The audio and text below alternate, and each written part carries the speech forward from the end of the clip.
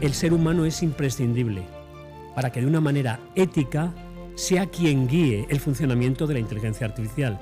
Pero para eso tenemos que tener valores muy sólidos y un entrenamiento y un conocimiento suficiente para saber con qué tecnología estamos jugando. ¿Sabes? La primera competencia en utilización de inteligencia artificial es comunicar bien y hablar bien.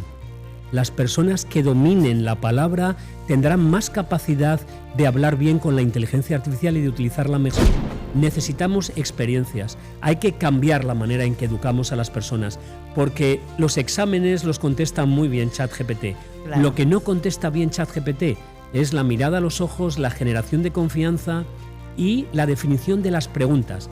La inteligencia está en las preguntas, no en la pregunta es: ¿estamos mentalmente preparados para ver hacia dónde tenemos que ir, para definir nuestro futuro, o lo que queremos es simplemente un poquito más de lo mismo?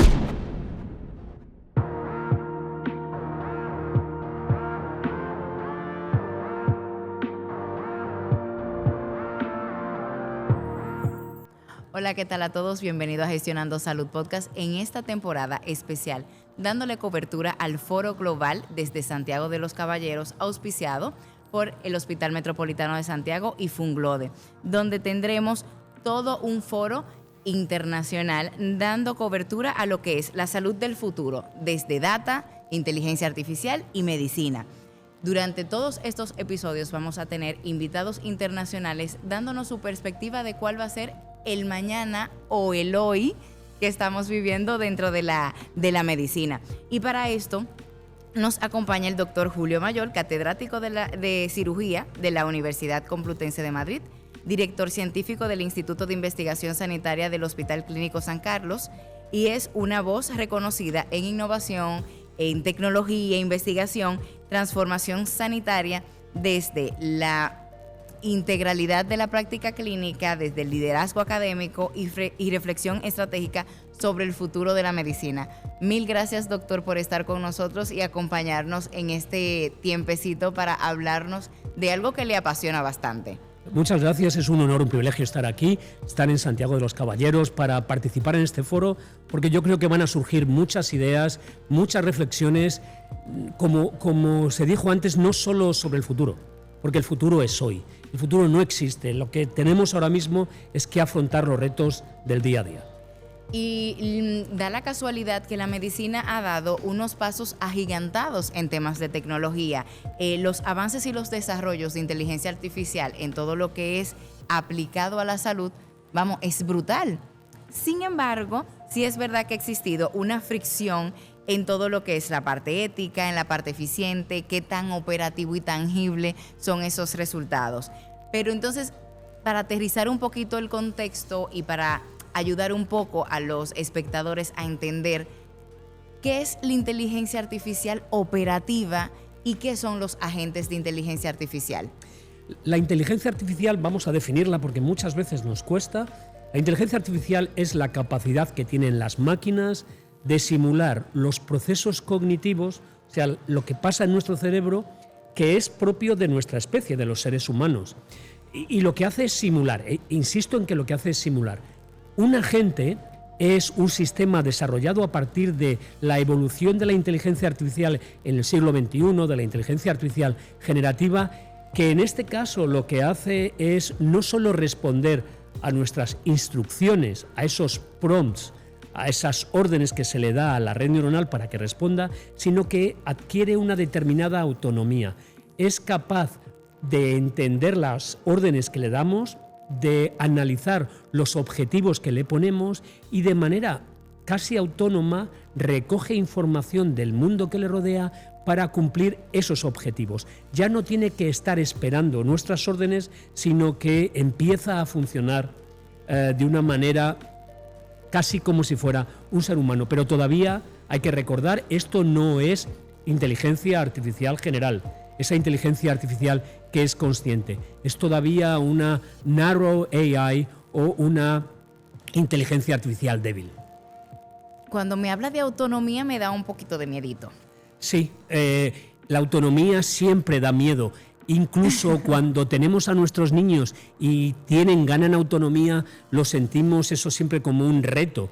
Los seres humanos nos sentimos retados por la independencia, por la autonomía de las personas, también de las máquinas. ¿Cómo llegamos a que esa autonomía sea eficiente y veraz? Porque, vamos a ver, siempre está el tema de que si se lo dejamos todos a ellos, van a sustituirnos o algo por el estilo. ¿Qué tan cierto hay en ese mito? ¿O realmente usted entiende que la inteligencia artificial y esos agentes podrían llegar a eliminar ciertas cosas a nivel clínico? Sin duda van a poder hacerlo. Una cuestión, ¿quién no ha visto la Guerra de las Galaxias? La hemos visto todos. ¿Cuántos médicos humanos había en la Guerra de las Galaxias? 0. La fantasía de nuestra especie es sacarnos del juego, porque se tiene un miedo a quien tiene un poder para entender el conocimiento, con la idea de que si errar es humano y quitamos al humano, claro, no va a errar. Eso no es cierto. ¿Por qué? Porque la inteligencia artificial actual se basa en nuestros conocimientos previos, correcto, en nuestros datos previos, que son y en nuestros sesgos. Que son imprecisos y en muchos casos erróneos. Entonces la inteligencia artificial comete errores, exactamente igual que nosotros. Y segundo, si no cometiera errores, no seríamos necesarios. Así que hay que celebrar que la inteligencia artificial no sea perfecta. Nunca va a ser perfecta en los modelos que tenemos ahora mismo. Por tanto, el ser humano es imprescindible para que de una manera ética sea quien guíe el funcionamiento de la inteligencia artificial. Pero para eso tenemos que tener valores muy sólidos y un entrenamiento y un conocimiento suficiente para saber con qué tecnología estamos jugando. Te ha tocado un melón un poco delicado. El tema de los valores a nivel ético. Ya en Europa ustedes lo tienen un poquito más socializado, pero claro, en Latinoamérica no tanto. Entonces, ¿cómo yo defino y marco esa línea a empresas que son súper potentes y que realmente no están, entre comillas, solucionando la vida? Una muy buena pregunta. Yo creo que esto es una labor de las sociedades. Lo que no podemos hacer es extender los valores de una sociedad europea a una sociedad latinoamericana. No sería justo ni ético. Son los propios ciudadanos de los países de Latinoamérica quienes tienen que definir qué se va a hacer, cómo se va a hacer y cuáles son los límites, teniendo en cuenta la cultura propia de los países en Latinoamérica. Lo que no tiene sentido es que esto venga impuesto por norteamericanos o por europeos. Esto es un esfuerzo de los ciudadanos localmente y de los profesionales como parte de esa ciudadanía, porque no podemos recurrir a esa tendencia a decirle a los demás lo que tienen que hacer. Y es desde los países, desde República Dominicana, quien tiene que definir las reglas del juego y transmitir esas reglas del juego a las compañías que intenten colocar sus soluciones de inteligencia artificial aquí. Son los dominicanos y las dominicanas quienes tienen que definir los marcos de juego y los límites éticos de la utilización de la tecnología. La otra partecita del melón es el tema de la regulación legal. Va más lento de lo que vienen los desarrollos o las necesidades, ni siquiera los desarrollos tecnológicos. La ley siempre va muy por detrás de siempre, lo que es la realidad. Siempre. ¿Cómo combatimos o cómo saneamos después esos desarrollos que pueden salir dentro de ese marco ético? La regulación nunca puede ir por delante porque además bloquearía la innovación. Pero yo siempre recuerdo las 3 leyes de la robótica de Isaac Asimov. Hay que ir a una regulación de mínimos que nos permita siempre bloquear cualquier iniciativa que se vuelva contra las personas. Los seres humanos son el centro y debemos evitar que la inteligencia artificial pueda dañar a las personas, tanto desde el punto de vista físico como desde el punto de vista moral. Y para eso tenemos que construir mecanismos de supervisión que estén atentos a los cambios para que cuando esto corra un riesgo, cuando se pueda producir, estos organismos de supervisión puedan intervenir. Y luego finalmente se convierta en una regulación estable.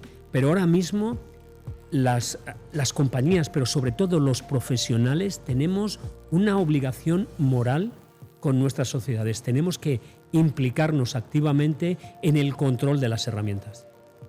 ese control de herramienta, vamos a vivir en nuestro mundo paralelo y que todo va bien.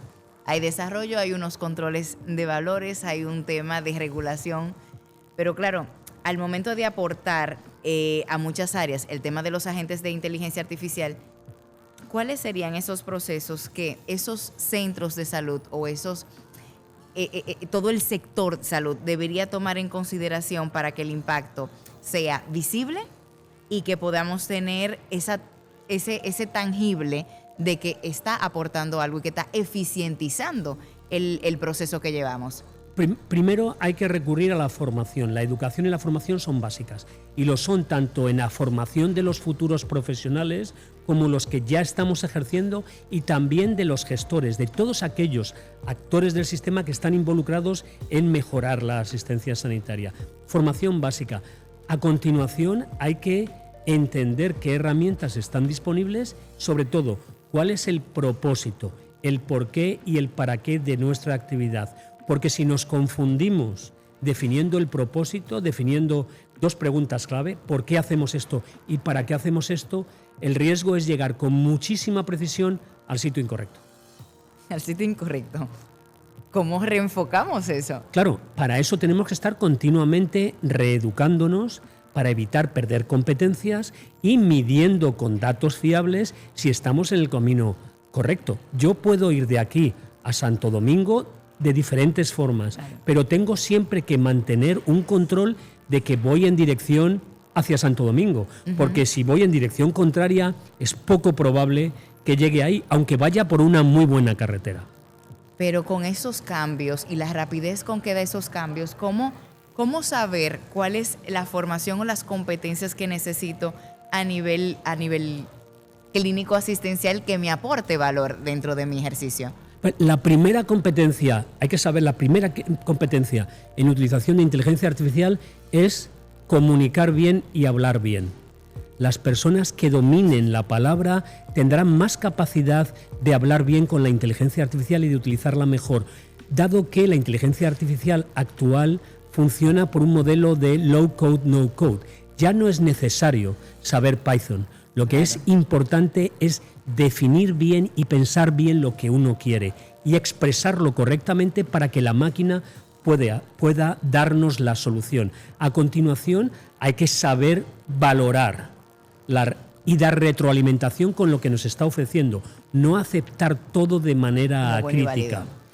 Hay que, de manera sistemática, dudar de toda respuesta que nos da, no solo una máquina, sino también una persona. El pensamiento crítico es otro de los elementos clave de la formación de los profesionales. Y, fundamentalmente, tener conocimientos de ética. Hemos olvidado la filosofía. La filosofía se convierte ahora mismo en mucho más importante de lo que fue nunca. No la debemos eliminar de nuestros currícula. Algo interesante, y usted que está en el mundo de la docencia, sabemos que la programación o la currícula de los doctores o de la parte asistencial, enfermería y hasta de los mismos gestores, no está ese elemento diferenciador de cambio, de actualización. Claro, ¿por qué nos cuesta tanto entender que el mundo está cambiando y de que realmente necesitamos profesionales ahora con esas competencias? Es muy buena pregunta. Estamos en una revolución que nunca ha visto nuestra especie. Es una revolución de desintermediación. Los que estamos en medio entre el conocimiento y el usuario final de conocimiento estamos en peligro. Y creemos que negando el cambio, negando el aprendizaje, estaremos más seguros, tendremos más poder. En este momento, quedarse quieto, crear una fortificación alrededor de nuestras profesiones es el mayor error, porque nos produce una falsa sensación de seguridad, sin embargo va a hacer que no tengamos poder a medio y largo plazo. El poder ahora mismo está en el cambio y en la posibilidad de colaborar con personas pensando mejor. Pensar, pensar, pensar. Pasar de la acción como elemento fundamental de nuestra sociedad y una sociedad que responde a la revolución industrial a una sociedad que está en una revolución cognitiva, donde pensar y expresarse bien es la clave. Parecería que sea todo lo contrario. O sea, me estás diciendo algo súper sencillo, que es el tema de la comunicación, que siempre ha estado, es una de las metas de la OMS, comunicación efectiva, mas sin embargo nos cuesta todavía ponerlo en práctica y claro, y asumirlo ahora como una herramienta vital para que esos agentes de inteligencia artificial sea un elemento diferenciador de mis competencias y un elemento que me potencialice como tal. Claro. ¿Cómo volvemos otra vez a la raíz? Claro, hay que deconstruir lo que hicimos, que funcionó durante un cierto tiempo, pero ya no funciona. La idea de acción es propia de una sociedad de revolución industrial, en la que tener más es equivalente a mejor. En una sociedad cognitiva o basada en la revolución cognitiva, mejor no es igual a más. Probablemente menos es igual a mejor. Hay que hacer bien lo correcto, no hacer más cosas simplemente por el hecho de hacer más cosas. Entonces, bajo ese contexto, ¿cuál entiendes tú que son esos errores comunes que hacemos al querer implementar esa inteligencia artificial y aprender algo para evitarlo? El primer error es sentirnos fascinados por la tecnología sin haber pensado cuál es el propósito. Mencionaba antes, ¿no? ¿Esto para qué lo quiero? Me he comprado un Ferrari, pero yo no sé conducir. No es la solución. Hay que comprarse la herramienta o la ayuda para el problema que uno tiene. Hay que identificar bien cuál es el problema y la necesidad no cubierta, el por qué y el para qué. Ese es un error tremendo. Siguiente es quedarse quieto, no hacer, no moverse. No moverse no es una solución en este mundo. Hay que moverse y hay que aprender de una manera mucho más fácil. Hay que olvidar la memorización. Es importante aprender con memoria, pero ningún ser humano aprende mediante el estudio de las reglas. No aprendiste español aprendiendo la gramática española, ¿a que no? Entiendo que no. Aprendiste español oyendo a tu familia, correcto. a tus padres. Esto es lo mismo. Necesitamos experiencias. Hay que cambiar la manera en que educamos a las personas, porque los exámenes los contesta muy bien ChatGPT. Claro. Lo que no contesta bien ChatGPT es la mirada a los ojos, la generación de confianza y la definición de las preguntas. La inteligencia está en las preguntas, no en las respuestas. Me gusta esa partecita, pero claro, si no nos sabemos comunicar, no vamos a saber hacer las preguntas correctas y mucho menos entender la respuesta que nos dan. Sin duda. Claro, esos errores es en nuestro día a día. Y como bien dices, volver a la filosofía, tenemos que volver a lo básico. ¿Cómo logramos desestructurarnos, desaprender, para volver a lo básico, para dejarle lo complejo o lo de memorización y todo eso a la inteligencia artificial? Para eso tenemos que liberar tiempo y de nuevo la inteligencia artificial nos puede ayudar a liberar tiempo haciéndose cargo de tareas muy frecuentes pero de muy bajo valor y poco riesgo. Así que los tres elementos que hay que valorar son riesgo, elegirlo de bajo riesgo, facilidad para la implementación, que sea fácil ponerlo en marcha y que además sea muy habitual. Frecuencia, complejidad en la implementación, automatización y riesgo para las personas. Con esos tres elementos, con esas tres variables, podemos elegir fácilmente una tecnología que nos ahorre tiempo. ¿Y para qué el tiempo? Para pasar más, compartir más cosas valiosas, para tomarnos más cafés con la gente, no para estar obsesionados en hacer cosas, sino en compartirlas, en pensar y refinar nuestros pensamientos para disfrutar de la interacción con otras personas. Esa desconstrucción es compleja, ¿eh? Sí, porque nos han educado de una manera que nos resulta difícil, doloroso abandonar. Sí, total. Claro, es mucho más seguro seguir haciendo lo mismo. Totalmente insatisfechos, porque luego nos quejamos de lo mal que estamos. Sí, claro. Pero no somos capaces de hacerlo de una manera diferente. Vamos a ver, lo has dicho en varias pinceladas. La idea es que la gente de inteligencia artificial sea nuestro aliado, sea una herramienta súper útil, que nosotros podamos volver a humanizar esa atención asistencial. Pero claro, ¿cómo volvemos otra vez a ese uso de ese tiempo, a ese tomarse ese cafecito y a ver a las personas a la cara? Primero, tenemos que encontrar en nuestros procesos asistenciales la cantidad de cosas inútiles que hacemos diariamente y dejar de hacerlas. Tenemos que dejar de ver cantidad de pacientes, no verlos muchas veces, sino verlos bien, una. Vale. Y eso nos liberaría mucho tiempo. Y a continuación, utilizar herramientas de inteligencia artificial que procesan nuestras conversaciones, que nos quitan tiempo de mirar pantallas para que volvamos a mirarnos a los ojos. Los seres humanos generamos confianza mirándonos. Claro. Eso no lo pueden hacer las máquinas. Ahí es donde está nuestro fuerte. Claro. Lo que pasa es que si no consideramos eso valioso, no lo vamos a hacer. Sin embargo, la sociedad va a tener acceso a la inteligencia artificial de la misma manera que la tengo yo y va a venir a nuestras consultas exigiéndonos que le expliquemos lo que ChatGPT ya ha contestado. Por tanto, nos vamos a tener que convertir de proveedores de servicios a aliados de nuestros pacientes. No estamos ahí para darle un servicio, estamos ahí para ayudarles a formular las mejores preguntas e interpretar las respuestas que da la inteligencia artificial. Y luego, evidentemente, si además hacemos procedimientos para utilizar estas herramientas y aumentar la seguridad de los pacientes. Que la seguridad del paciente no sea un subproducto de la atención sanitaria, sino que esté embebida, que esté incrustada en nuestros procesos asistenciales. Pero esto requiere una revolución cognitiva en los seres humanos. Tenemos que olvidarnos de la revolución industrial y pasar a la revolución de la inteligencia artificial. Doctor, se dice fácil, pero realmente eso conlleva una serie de preparación, de tiempo, y con las cargas laborales que tienen los centros de salud es muy complejo decir vamos a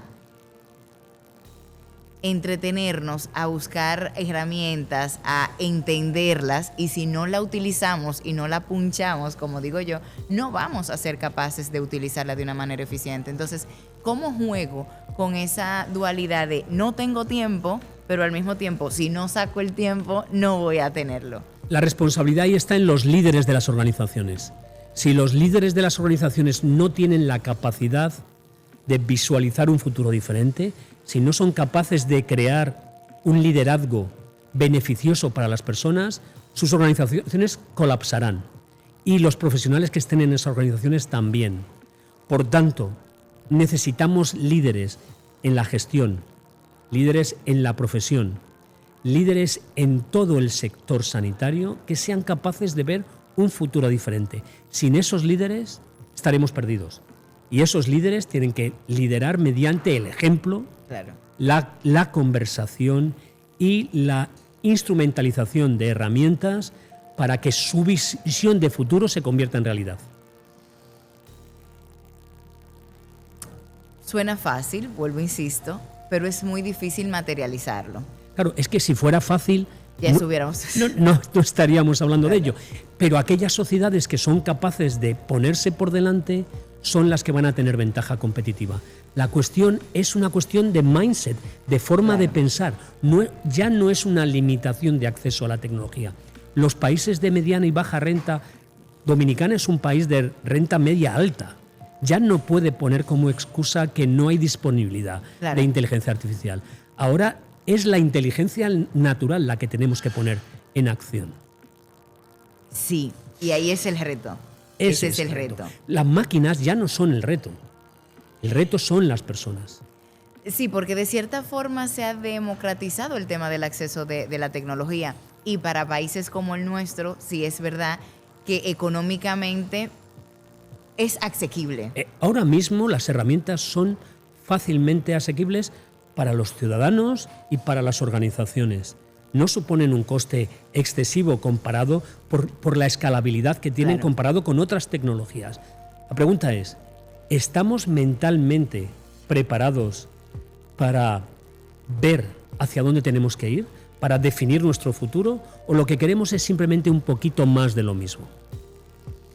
Priorizar es un poco complicado cuando no tienes el propósito definido. Bien definido. Entonces, ahí el reto para Latinoamérica más que para Europa y Estados Unidos es eso. O sea, ¿cuál va a ser el propósito para identificar esa necesidad puntual y que esos cambios se susciten y den unos resultados tipo Pareto, 80-20? Claro, 80-20. Vamos a ver, visto desde Europa. Vale. Yo Además, he publicado recientemente varios artículos sobre la utilización de inteligencia artificial. Colaboro con países como El Salvador, colaboro también con cirujanos en India y hemos analizado cómo la inteligencia artificial puede ayudar. Lo fundamental es pensar que una mejor salud para los ciudadanos convierte a un país en más rico. Mejor salud para todos es mayor riqueza para el país. Siempre. Claro. Una vez que uno tiene claro eso, y eso supone dar equidad de acceso a asistencia sanitaria, al menos básica, tenemos que definir cuáles son los procesos esenciales que pasan por educación y por equidad de acceso a la asistencia. Una vez que tienes eso bien definido, la inteligencia artificial es un habilitador, es una herramienta que habilita ese cambio. Por tanto, la reflexión es una reflexión interna. Claro. Es una reflexión desde el liderazgo en estos países y desde los ciudadanos que están involucrados en impulsar a que sus dirigentes busquen nuevas vías de pensar el futuro. La inteligencia artificial no es el factor limitante, es la inteligencia natural la que se convierte en clave. Mira, me ha gustado eso, me ha gustado. Un hospital quiere empezar la implementación de agentes de inteligencia artificial de forma responsable. ¿Cuáles entiendes tú que son esos pasos que no debería saltarse para tener una adopción ética y efectiva con unos resultados tangibles? Primero, formar para generar confianza en la organización. Hay que formar a toda la organización, a diferentes niveles, con diferentes pasos, pero a todos. Segundo, encontrar cuál es el propósito que definimos antes. ¿Para qué quiero hacer esto? Para liberar tiempo. Claro.